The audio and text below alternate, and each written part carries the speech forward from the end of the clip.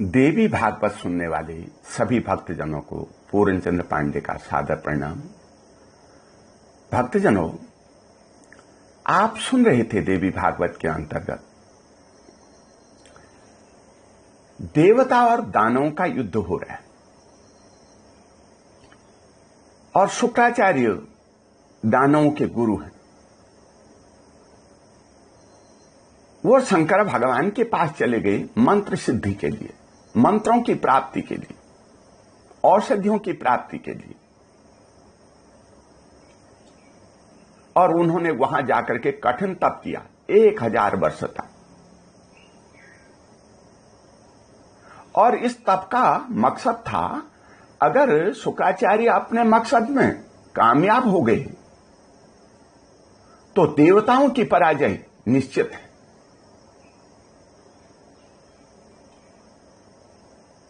और ये बात तो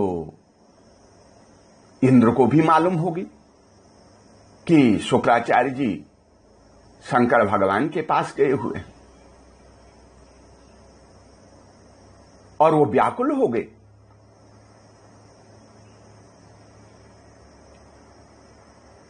परेशान हो गए इंद्र, उन्हें नींद नहीं आती थी, क्या किया जाए।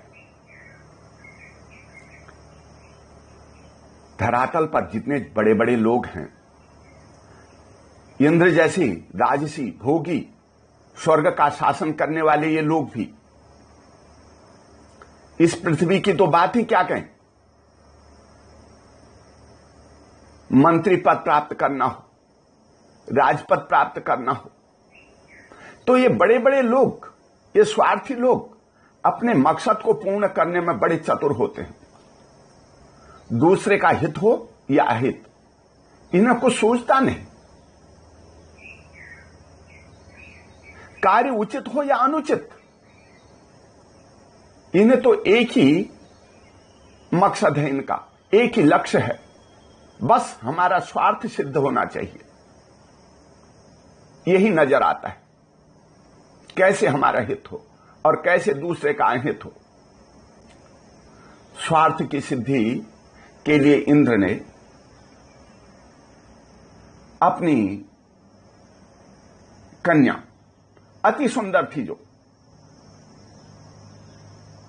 जयंती, उससे मुस्कुरा करके कहा, हे पुत्री, शुक्राचार्य बड़े तपस्वी हैं,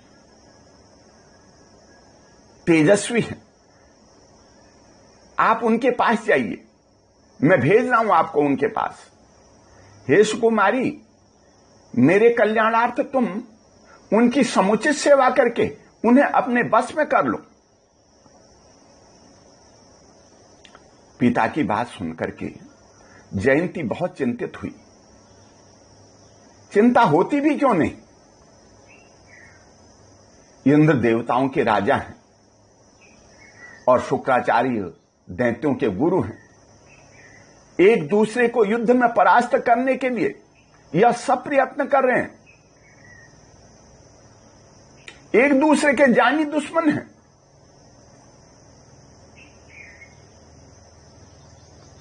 इंद्रलोक की यह कैसी व्यवस्था है, एक राजा अपनी बेटी को अपने दुश्मन को सौंप दे। लेकिन इंद्र को सूझता ही नहीं, अपना हित साधन के लिए अपनी बेटी को शुक्राचार्य को दे रहे हैं इंद्र, और आदेश दे रहे हैं आप उनके पास जाइए। परंतु बेटियां तो महान होती हैं, चाहे कोई युग हो, सतयुग हो, त्रेता हो, द्वापर हो, किसी भी युग की बात कर लो, कलयुग की ही बात करो, और कोई माने या ना माने मां बाप की बात, बेटी तो अवश्य मानती हो। उसके लिए माता पिता की आज्ञा सर्वोपरि है।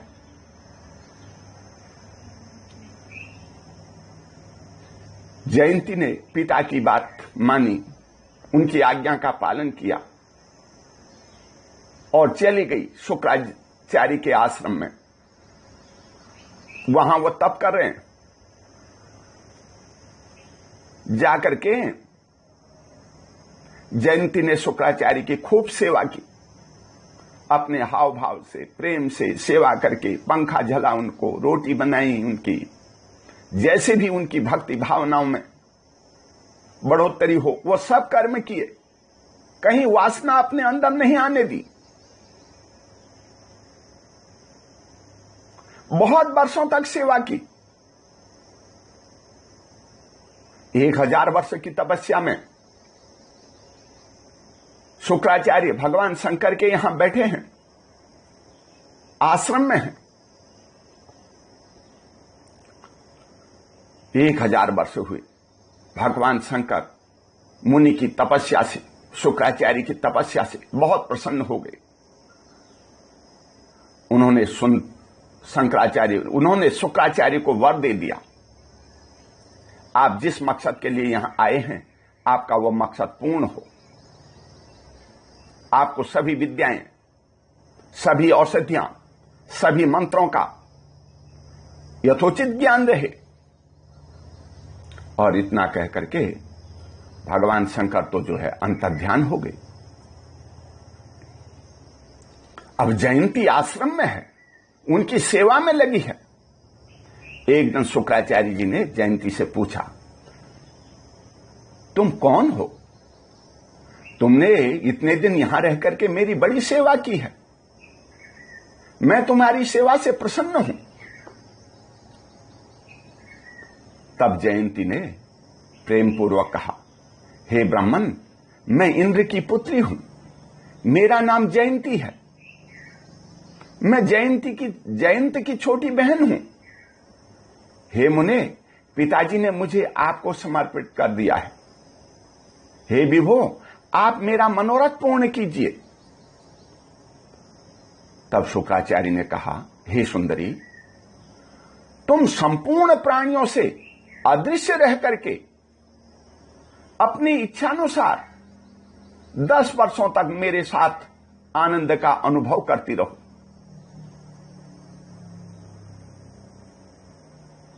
एकांत में 10 वर्षों तक रहना है।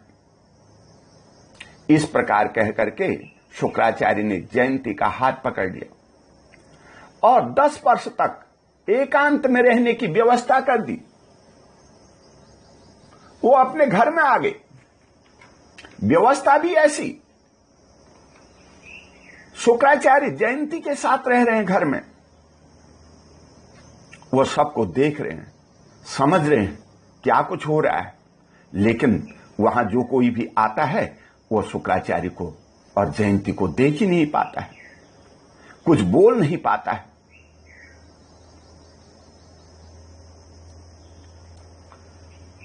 दैत्यों को पता लग गया, गुरुजी हमारे शुक्राचार्य जी मंत्र प्राप्ति में सफलीभूत होकर के आ गए हैं घर। दैत्य एक एक करके गुरुजी के पास गए, उनसे मिलने के लिए उनके घर गए, पहुंच गए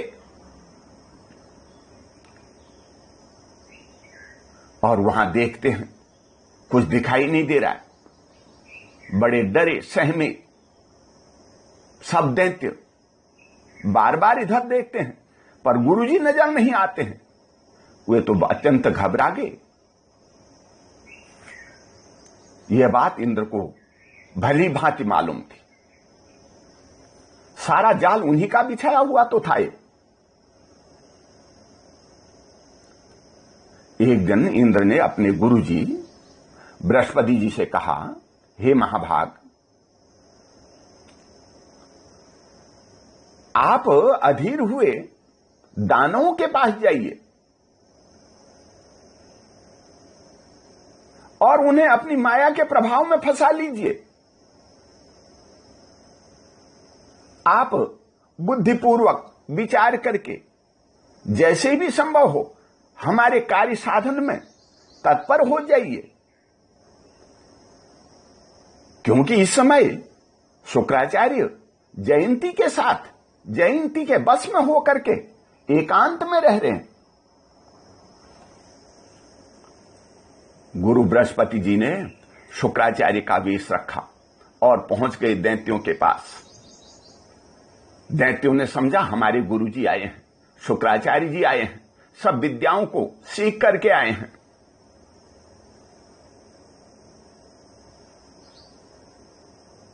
शुक्राचार्य रूपी बृहस्पति ने दैत्यों के पास जाकर के कहा, हे दैत्यों, मैं तुम्हारे कल्याण के लिए यहां आया हूं। तपस्या करके मैंने भगवान शंकर को प्रसन्न किया है। मेरा उद्देश्य ही तपस्या करने का, आपका कल्याण करना है।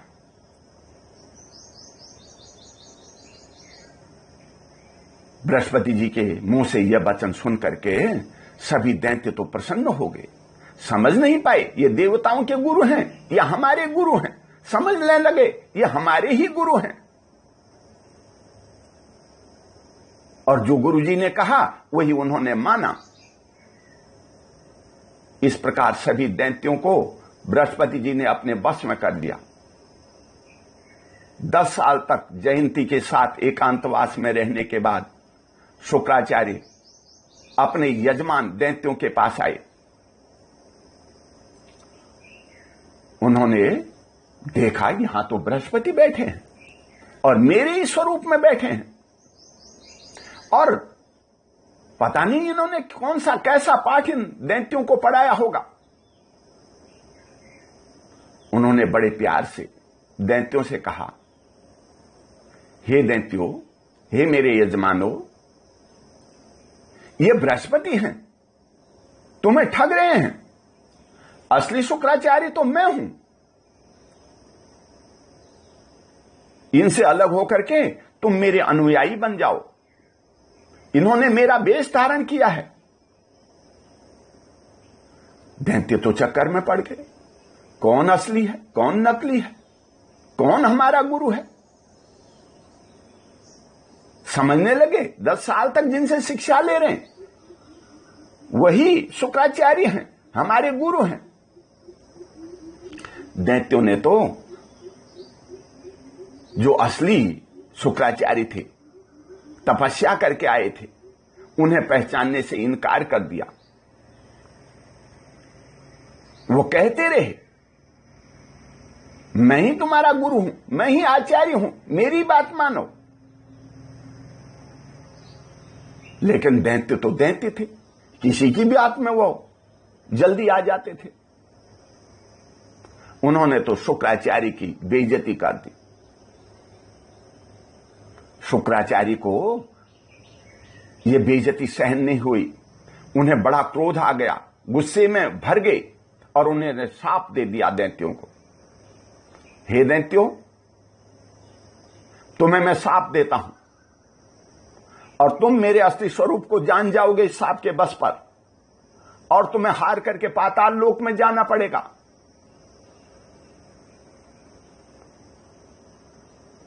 और गुस्सा होकर के शुक्राचार्य तो वहां से चले गए।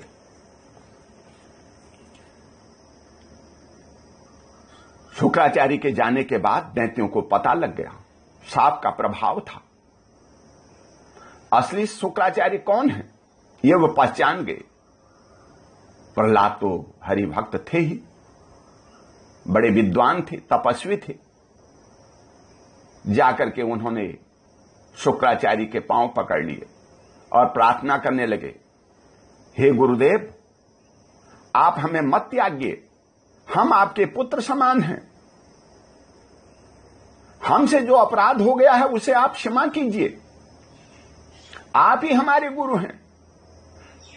आप तपस्या के प्रभाव से हमारे सच्चे अभिप्राय को जानकर क्रोध त्यागने की कृपा कीजिए।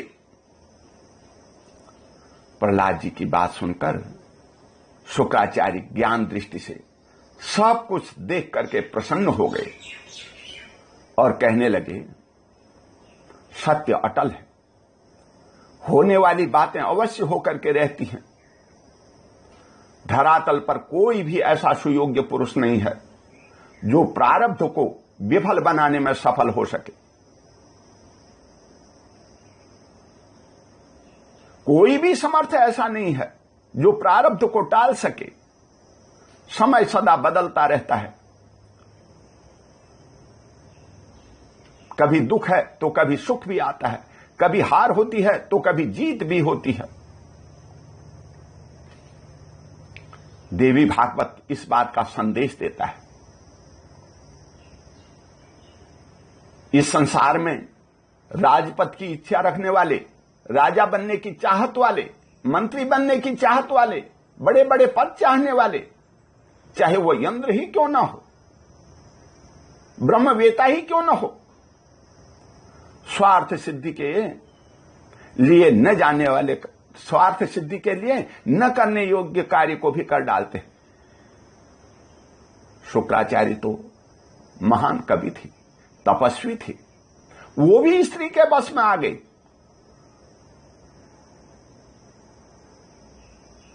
स्त्री के बस में होकर के वो अपने कर्तव्य को भूल गए।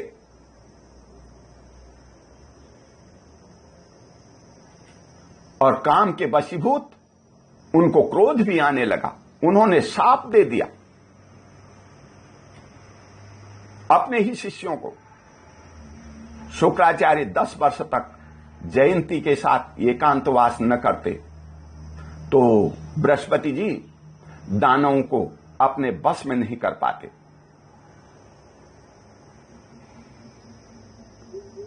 दानव शुक्राचार्य की बेइज्जती नहीं करते और दानवों को भी शाप नहीं मिलता। ये एक छोटी सी गलती का परिणाम है। सेवा का जो जयंती ने की थी वो शुक्राचार्य के लिए, शुक्राचार्य को मोह में डालने वाली हो गई। मोह में नहीं पड़ना चाहिए, माया के चक्करों में नहीं फंसना चाहिए।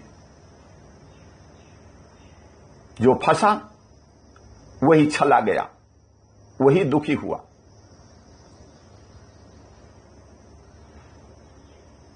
अतः कथा को ध्यान में रखते हुए सभी अपने हित अहित के बारे में सोचें।